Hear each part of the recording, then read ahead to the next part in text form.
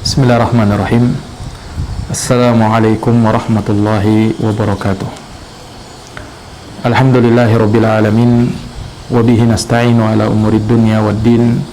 Asyhadu an la ilaha illallah wahdahu la syarikalah wa asyhadu anna Muhammadan abduhu wa rasuluh sallallahu alaihi wa ala alihi wa sahbihi wa man tabi'ahum bi ihsanin ila yaumiddin wa sallama tasliman katsira, amma ba'd.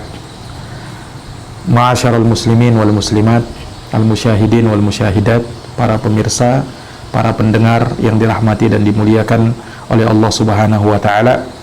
Alhamdulillah, puji syukur kita panjatkan kehadirat Allah Subhanahu wa taala Rabbul alamin.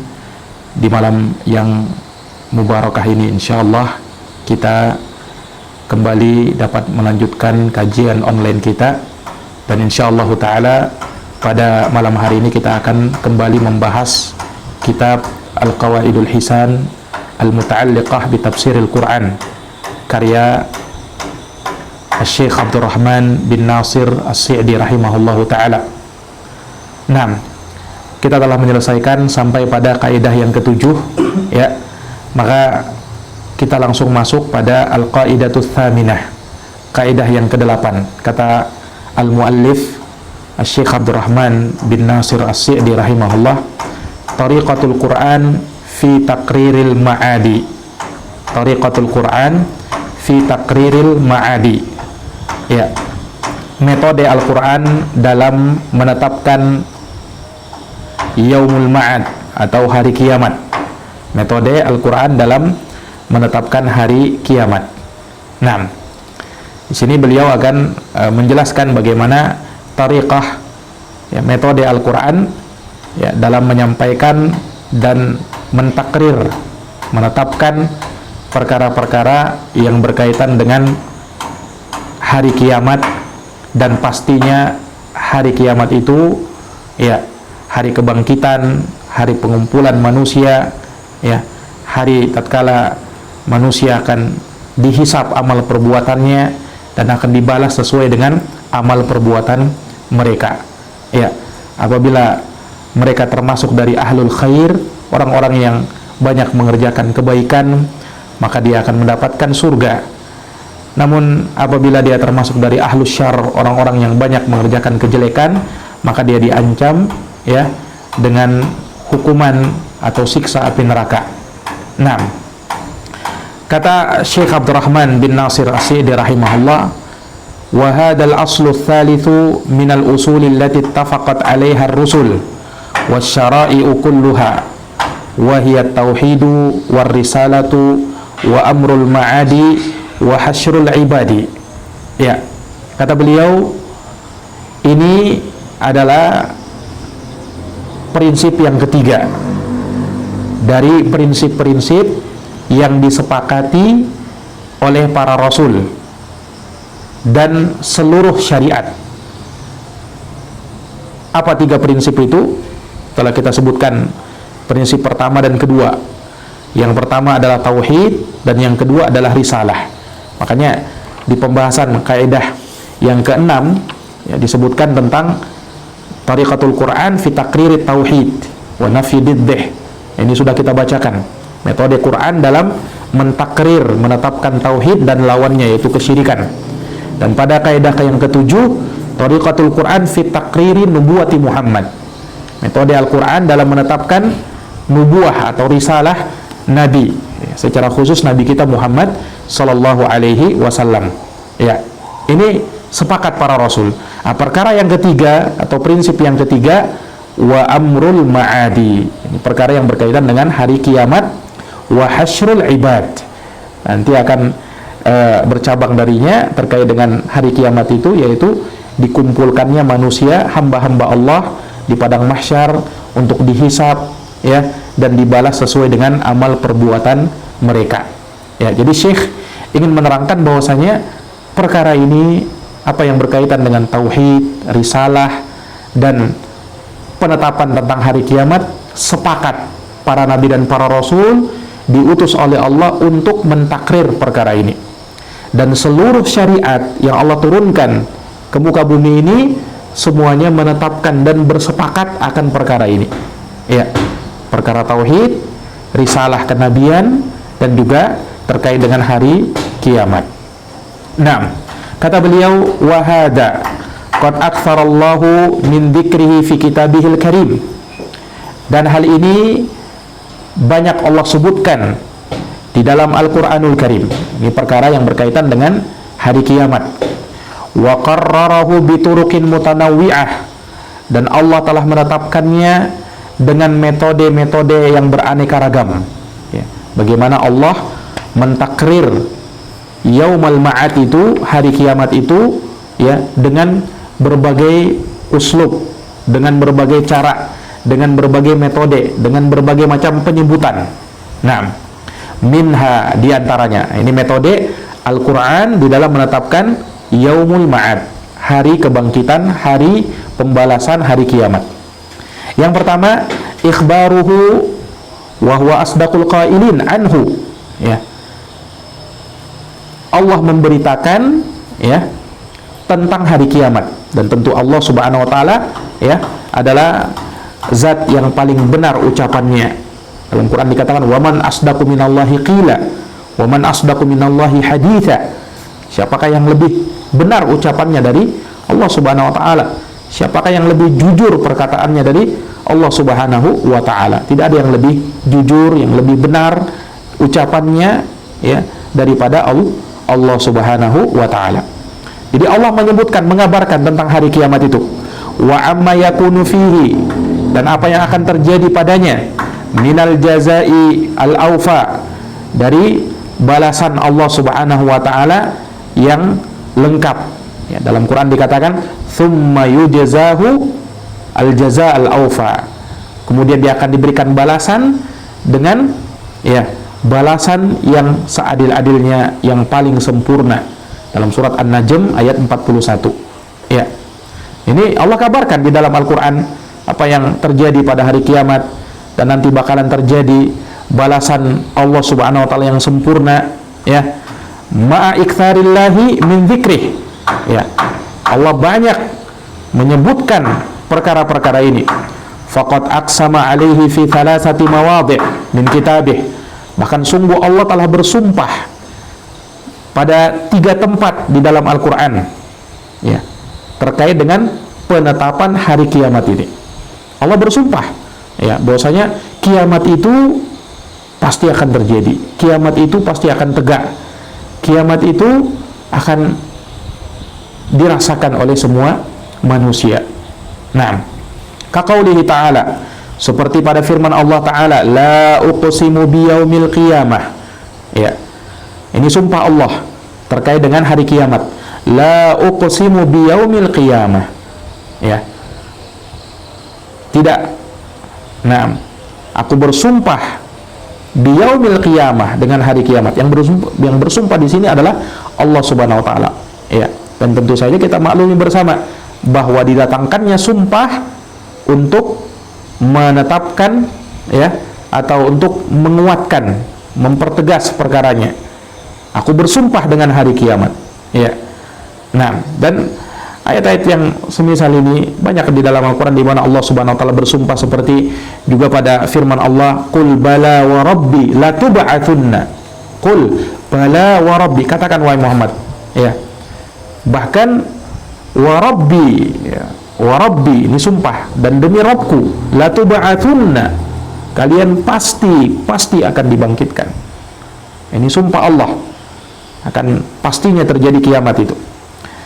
Juga dalam ayat yang lain Allah berfirman, qul bala wa rabbi la ta'tiyannakum, kata Allah, katakan bahkan demi Rabbku, Allah bersumpah, demi Rabbku, la ta'tiyannakum, ya, sungguh pasti kiamat itu akan mendatangi kalian. Ini sumpah-sumpah di dalam Al-Quran disebutkan, ya, untuk mentakrir, menegaskan akan pastinya yaumul qiyamah, hari kiamat itu. Ya. Jadi ini metode pertama di dalam Al-Quran, bagaimana mentakrir, menetapkan tauhid. Ini Allah mentakrir, menetapkan adanya hari kiamat itu. Allah mengabarkan, menyebutkan terkait hari kiamat, apa yang terjadi, ya, balasan-balasan Allah yang sempurna Allah sebutkan, ya. Wa minha, kemudian diantara metode yang lain, al-ikhbaru bi kamali qudratillahi ta'ala. Ya, Allah mengabarkan akan kekuasaan, ya, akan kesempurnaan kekuasaannya Allah Subhanahu wa taala. Allah Maha mampu, ya. Dan Allah Maha kuasa untuk menjadikan dunia ini kiamat, ya. Untuk mengakhiri kehidupan dunia ini. Makanya kalau kita lihat, ya, di dalam Al-Qur'an bagaimana kejadian-kejadian tatkala akan tegak hari kiamat itu di dunia ini, apa yang terjadi, ya. Kita bisa baca, ya, di dalam juz 30, ya, banyak ayat-ayat yang menyebutkan hal tersebut. Idas samaun syaqqat, ya, apabila langit itu terbelah, kejadian hari kiamat. Wa idas samaun fatarat, ya. Ini terkait dengan hari kiamat, ya. Al-qari'ah, mal qari'ah, wa ma adraka mal qari'ah. Hari kiamat, apakah itu hari kiamat? Tahukah kamu apa itu hari kiamat?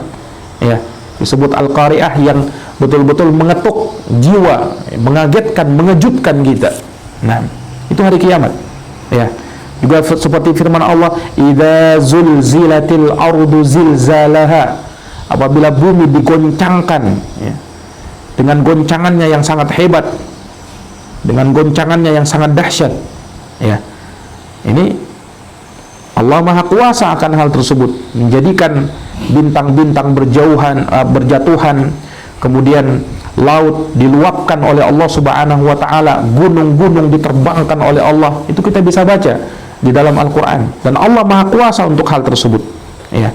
Jadi ini metode yang kedua. Allah mengabarkan, ya, kesempurnaan kekuasaan Allah, wa nufud masyiatihi, dan pastinya terlaksana kehendaknya Allah Subhanahu wa taala, wa annahu la yu'jizuhu syai'un, dan bahwasanya tidak ada sesuatu pun yang bisa membuat Allah lemah akan hal tersebut. Tidak ada yang bisa mengalahkan Allah Subhanahu wa taala dalam hal tersebut. Fa i'adatul ibadi ba'da mautihim fardun min afradi athari qudratih. Ya. Maka, ya, dikembalikannya hamba setelah dia meninggal, setelah dia mati, merupakan satu dari perkara yang merupakan, ya, pengaruh dari kekuasaannya Allah Subhanahu wa taala, athar dari kekuasaan Allah Subhanahu wa taala, ya. Jadi ketika hamba dimatikan oleh Allah, Allah kembalikan, Allah hidupkan kembali setelah dia mati. Ini satu dari tanda-tanda kekuasaan Allah Subhanahu wa taala. Jadi itu metode yang kedua. Al-Qur'an, ya, menetapkan adanya hari kiamat dengan menyebutkan kemahakuasaan Allah untuk menjadikan bumi ini hancur, ya, langit itu terbelah, rontoh, gunung-gunung berterbangan, dan seterusnya. Allah Maha Kuasa akan hal tersebut. Ini metode yang kedua. Wa minha, ini metode yang ketiga. Bagaimana Al-Qur'an menetapkan adanya hari kiamat. Tadhkiruhu lil ibadi bin nasy'atil ula, ya. Allah Subhanahu wa taala mengingatkan hamba-hambanya akan penciptaan mereka yang pertama. Diingatkan, kalian itu awalnya diciptakan oleh Allah. Wa annal ladzi aujadahum, dan bahwasanya Allah yang mengadakan mereka. Walam yakunu syai'an madhkura, padahal mereka itu, ya, dulunya sesuatu yang tidak bisa disebut, tidak ada begitu. Manusia ini kan tidak ada, tidak disebut, ya. Ini seperti Allah berfirman dalam surat Al-Insan, ya. Ya, Allah katakan, hal ata 'alal insani hinun minad dahr lam yakun syai'an madhkura. Bukankah telah datang kepada manusia suatu waktu dari masa, padahal yang mereka itu dulunya bukan sesuatu yang bisa disebut. Ini mereka tidak ada, ya. Mereka tidak ada, mereka tidak bisa disebut. Nah, jadi perhatikan, ya. Beliau mengatakan bahwa Allah yang mengadakan mereka, padahal sebelumnya tidak ada, bukan sesuatu yang bisa disebut karena tidak ada. La budda ayyu'iduhum kama bada'ahum. Maka Allah yang mengadakan mereka ini, pastilah, tentulah Allah mampu untuk mengembalikan mereka seperti sedia kala, seperti awal mereka diciptakan, ya kan? Allah Subhanahu wa taala Maha mampu akan hal tersebut. Wa annal i'adah ahwanu alaihi, dan bahwasanya mengembalikan mereka dari yang tadinya mati kemudian dikembalikan hidup ini mudah, lebih mudah bagi Allah. Tentunya kalau secara akal kita pikir sesuatu yang tidak ada kemudian diadakan oleh Allah, ya kan? Itu Allah mampu. Ya, tentunya ya untuk mengadakan lagi setelah mereka mati itu lebih mudah bagi Allah, ya kan? Karena sebelumnya sudah ada, tinggal Allah hidupkan lagi, tentu kan lebih mudah bagi Allah, ya. Nah, ketika Allah mampu mengadakan mereka dari sesuatu yang tidak ada, Allah adakan. Kalau sekedar cuman menghidupkan, membangkitkan kembali, mudah bagi Allah subhanahu wa ta'ala. Makanya kata Syekh, wa a'ada hadal ma'na fi mawadhi' katsirah bi asalib mutanawwi'ah. Allah mengulang-ulang makna ini dalam beberapa tempat yang sangat banyak dengan uslub metode yang beraneka ragam. Ini metode Al-Qur'an dalam menetapkan adanya hari kiamat. Ya, yaitu apa? Diingatkan, kamu itu diciptakan di awal kalinya bagaimana? Sesuatu yang kalian tidak ada, kemudian diadakan oleh Allah. Nah, ketika kalian imani yang seperti itu, harusnya kalian bisa mengimani Allah mampu membangkitkan kalian, Allah mampu menghidupkan kalian, kemudian memberikan balasan, ya, dan menghitung amal perbuatan kalian. Ini metode ketiga. Kemudian berikutnya yang keempat, wa minha ihya'uhul arda al-hamidatal mayyitah. Ya. Metode Al-Qur'an dalam menetapkan adanya hari kiamat, Allah menghidupkan bumi. Allah menghidupkan bumi yang kering kerontang, mati, tanah yang tandus, kering kerontang, tidak ada apa-apanya, ya. Allah hidupkan ba'da mautiha, setelah dia mati. Wa annal ladzi ahyaha sayuhyil mauta. Dan bahwasanya yang menghidupkannya tentu, ya, zat yang menghidupkannya tentu mampu dan akan menghidupkan, ya, siapa saja yang mati. Nah, wa qarra dzalika biqudratihi ala ma huwa akbaru min dzalik. Dan Allah menetapkan hal tersebut dengan kemampuan Allah akan hal yang lebih besar daripada itu. Allah kan mampu, ya, menghidupkan bumi yang kering kerontang kemudian tumbuh subur. Allah mampu itu, ya, menghidupkan manusia apalagi. Dan untuk hal tersebut Allah tetapkan lagi dengan sesuatu yang lebih besar. Apa itu? Wa huwa khalqus samawati wal ard, yaitu penciptaan langit dan bumi. Ya, Allah mampu menciptakan langit dan bumi yang begitu besarnya. Langit dan bumi ini kalau dibandingkan manusia, apa kecil manusia ini. Nah, tidak ada apa-apanya kalau dibanding langit dan bumi. Kalau Allah saja mampu, ya, menciptakan langit dan bumi, naam, kalau hanya sekedar manusia saja kecil bagi Allah subhanahu wa ta'ala, ya. Wal makhluqatul azimah, dan makhluk-makhluk yang besar ini, famata asbatal munkiruna dzalik, maka jika, ya, orang yang mengingkari hal tersebut menetapkan, ya, bahwasanya Allah yang mencipta langit dan bumi, ya, walan yaqdiru ala inkari, mereka tidak mampu mengingkari hal ini, ya, fali ayyi syai'in yastab'iduna ihya al-mauta, maka dari sisi mana mereka menganggap mustahilnya, ya, terlalu jauhnya, ya, sekedar menghidupkan orang-orang yang sudah mati. Kenapa kalian anggap itu mustahil? Padahal kalian menetapkan Allah yang mencipta langit dan bumi, mampu Allah. Nah, kenapa kalian tidak bisa menetapkan Allah subhanahu wa ta'ala akan membangkitkan manusia dari kematiannya? Ya kan? Ini dikasih hujah orang-orang kafir yang mengingkari akan adanya hari kiamat, ya, akan adanya hari kebangkitan, hari pembalasan amalan. Allah kan mampu mencipta langit dan bumi, menghidupkannya, ya. Nah, kalau sekedar manusia saja itu lebih mudah bagi Allah subhanahu wa ta'ala. Itu yang keempat, ya. Kemudian yang kelima, nah, kalau kita lihat juga terkait dengan metode keempat ini, kita bisa melihat, ya, bagaimana kisahnya Imam Abu Hanifah itu yang masyhur itu, ya, ketika beliau rahimahullahu ta'ala, ya, berdebat dengan seorang ateis, ya, komunis, yang ia tidak mengakui adanya Tuhan, ya, adanya pencipta langit dan bumi. Ia tidak mengakui hal tersebut, ya. Makanya bertemu di suatu tempat, ya. Maka sebelum mereka berdialog, Imam Abu Hanifah membuat suatu permisalan kepada mereka. Dan dari situ mereka pun tidak bisa berkata apa-apa. Nah, apa kata Imam Abu Hanifah? Ya, maknanya saja kita sebutkan. Ya, beliau menyebutkan ada kapal, ya, yang kapal ini, ya, berlayar dari suatu tempat ke tempat yang lain. Dia memasukkan barangnya secara sendirinya, masuk dengan sendirinya tanpa ada yang memasukkan barang-barang ke dalam kapal tersebut. Kemudian berlayar dengan sendirinya tanpa ada yang mengendalikan, tanpa ada nahkodanya. Kemudian sandar di pelabuhan, ya, kemudian barang-barangnya tersebut dikeluarkan tanpa ada yang mengeluarkannya, ya. Orang-orang ateis yang mendebat Imam Abu Hanifah ini mengatakan, apakah kamu sudah gila wahai Abu Hanifah? Tidak mungkin hal tersebut terjadi. Masa ada kapal yang berlayar dengan sendirinya, ya, kemudian bongkar muat dengan sendirinya, ya, berlayar tanpa nahkoda? Tidak mungkin, kamu sudah gila, ya. Subhanallah.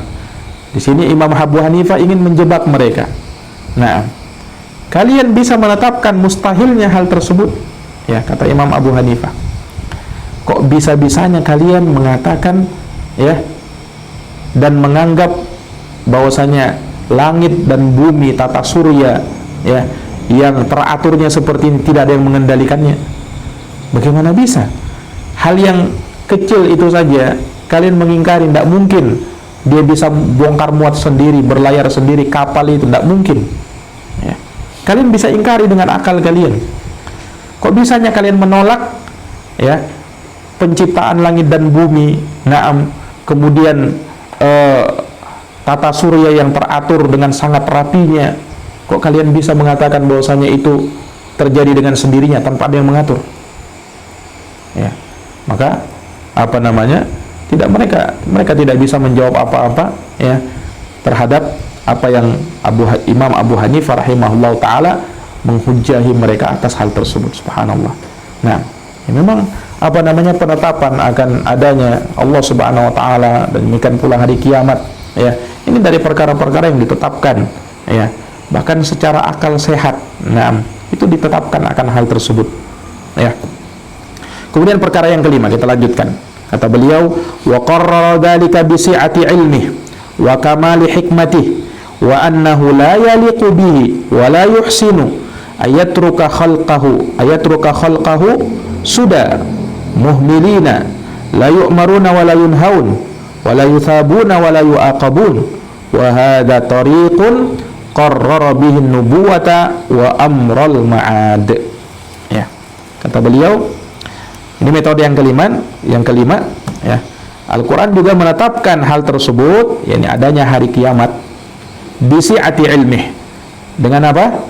Dengan luasnya ilmu Allah dan kesempurnaan hikmah Allah Subhanahu wa taala, dan bahwasanya tidak layak bagi Allah dan bukan perkara yang baik, ya, kalau makhluk itu, ya, dibiarkan begitu saja, ya, terbangkalai, tidak diperintah dan tidak dilarang. Ini tidak layak bagi Allah Subhanahu wa taala akan hal tersebut.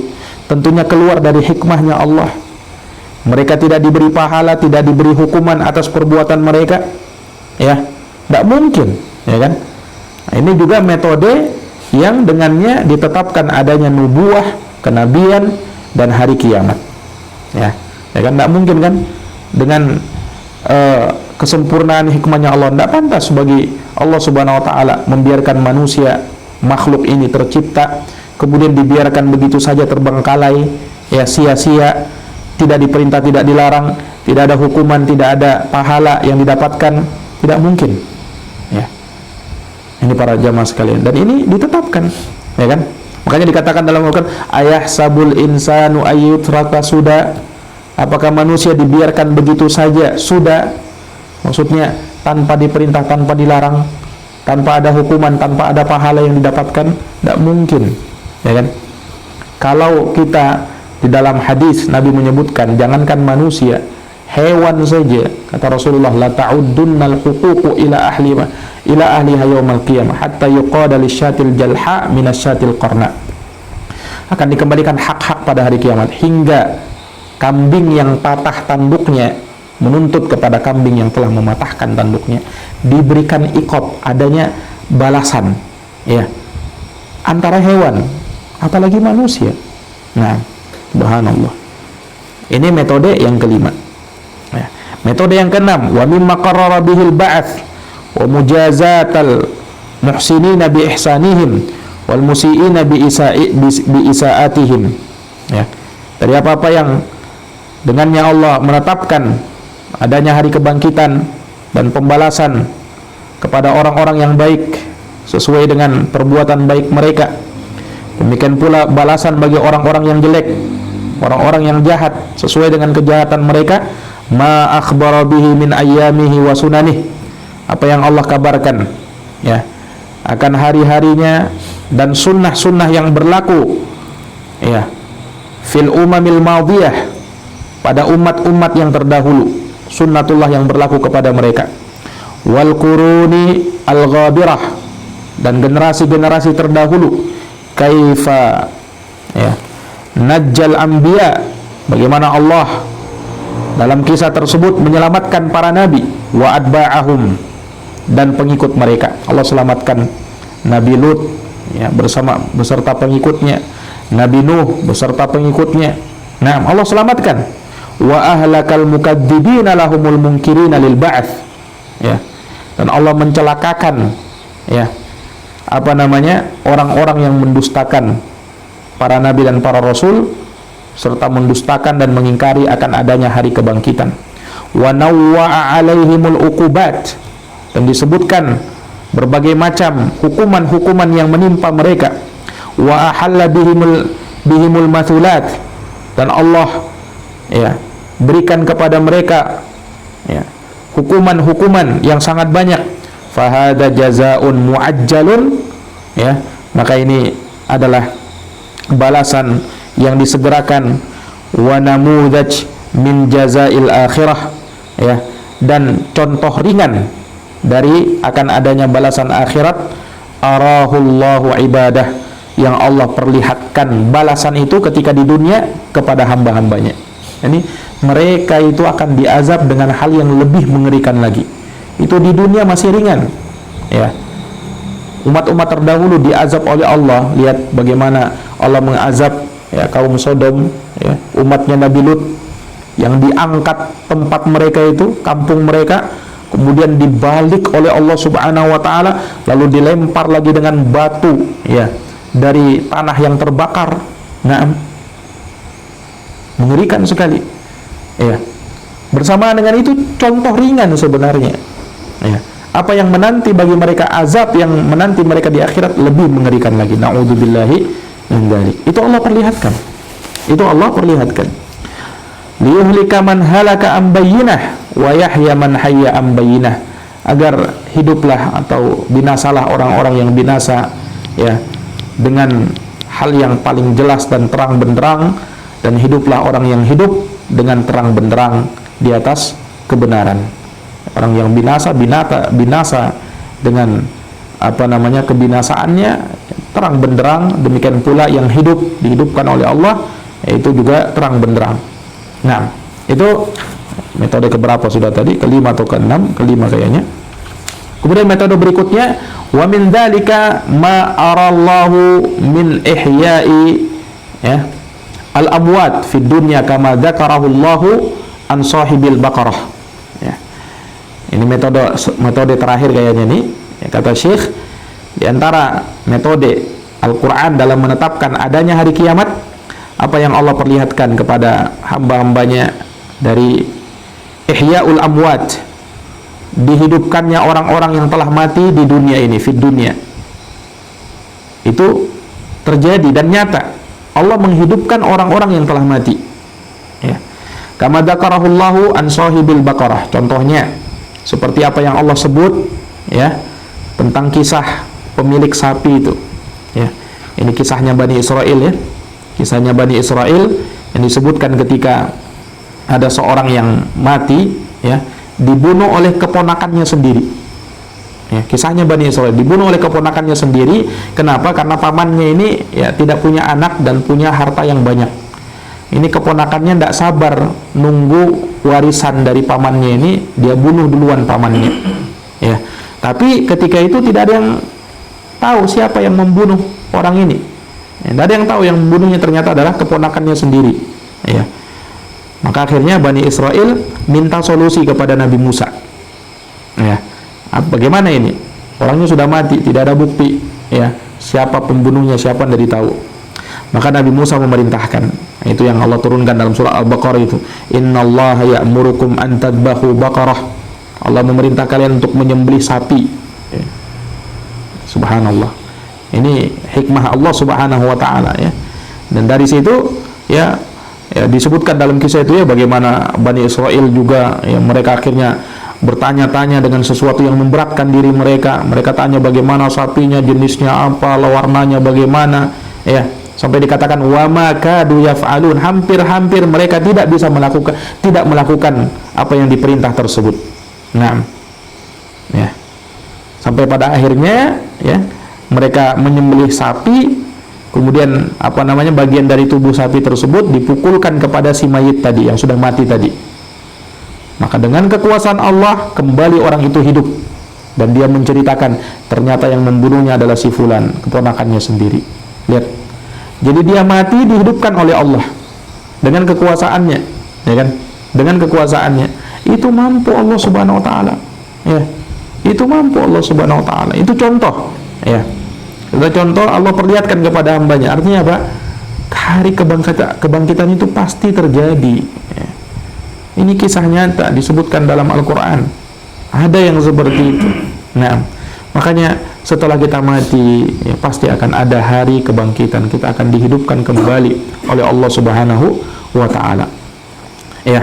Kemudian wal uluf min Bani Israel, contoh berikutnya seperti orang yang jumlahnya ribuan itu dari kalangan Bani Israel.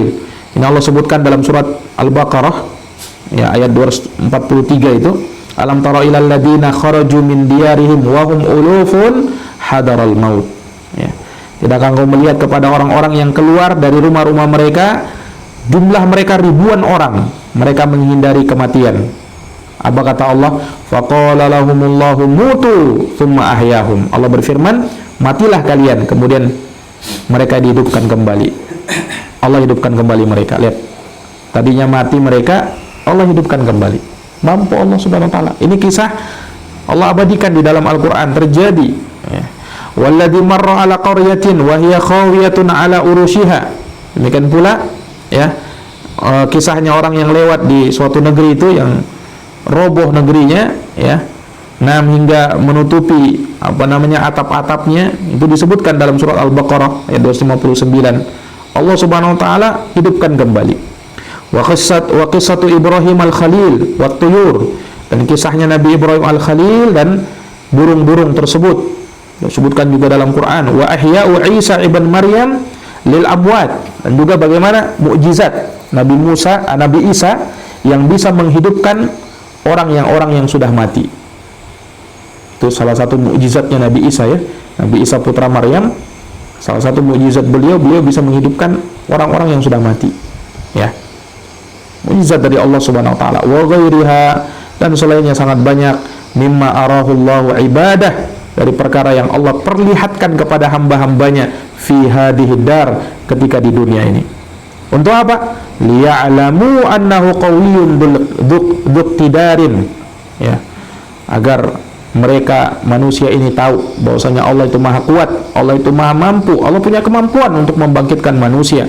Wa annal ibada la budda ayyaridu daral qarar, dan bahwasanya hamba-hamba Allah, manusia ini seluruhnya pastilah akan datang ke negeri akhirat, ke negeri yang pasti akan mereka tuju, negeri kekal abadi, immal jannah awin nar, atau imma ke surga, entah ke surga atau ke dalam neraka ketika itu.